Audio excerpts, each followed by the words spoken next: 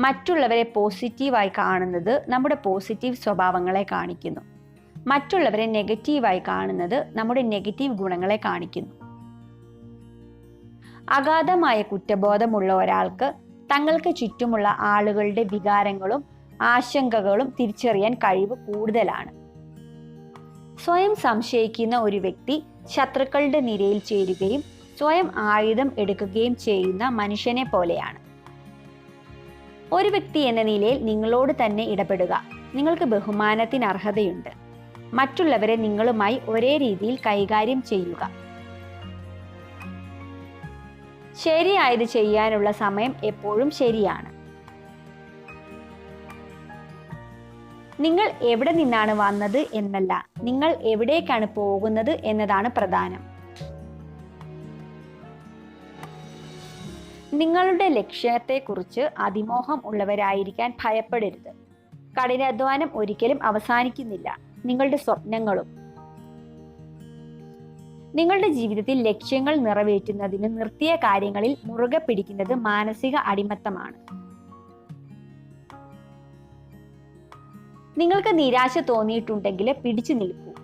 നിങ്ങൾ ഒരു ഉദ്ദേശത്തോടെ ജീവിക്കാൻ തുടങ്ങുമ്പോൾ നിങ്ങളുടെ ജീവിതത്തിൽ അത്ഭുതകരമായ മാറ്റങ്ങൾ സംഭവിക്കുന്നു. ആസൂത്രിതമായി പ്രവർത്തിക്കുക. ഉദ്ദേശത്തോടെ വിശ്രമിക്കുക.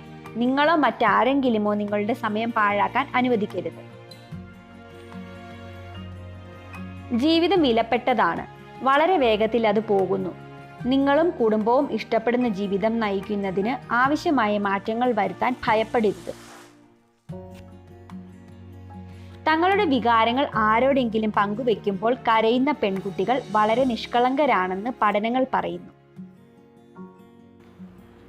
ഒരാൾ തന്റെ ജീവിതം മൊസൈക്ക് ആക്കണം. പൊതുവായ രൂപകൽപ്പന നല്ലതായിരിക്കട്ടെ. നിറങ്ങൾ സജീവമായിരിക്കട്ടെ. നിശബ്ദനാണെങ്കിൽ നിങ്ങൾ ജീവിക്കുന്നില്ല. നിങ്ങൾ ശബ്ദമയവും വർണ്ണാഭമായതും ചടുലവുമായിരിക്കണം.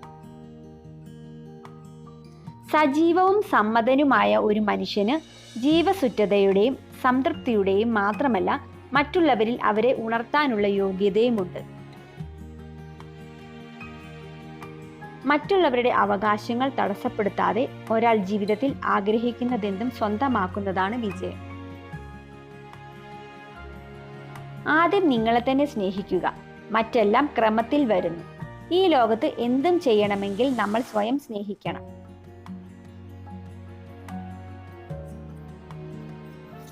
നിങ്ങൾ ആരെങ്കിലുമായി കലഹിക്കുമ്പോഴെല്ലാം നിങ്ങളുടെ ബന്ധത്തെ തകരാറിലാക്കുന്നതും അത് ആഴത്തിലാക്കുന്നതും തമ്മിൽ വ്യത്യാസം വരുത്താൻ കഴിയുന്ന ഒരു ഘടകമുണ്ട്. ആ ഘടകമാണ് മനോഭാവം.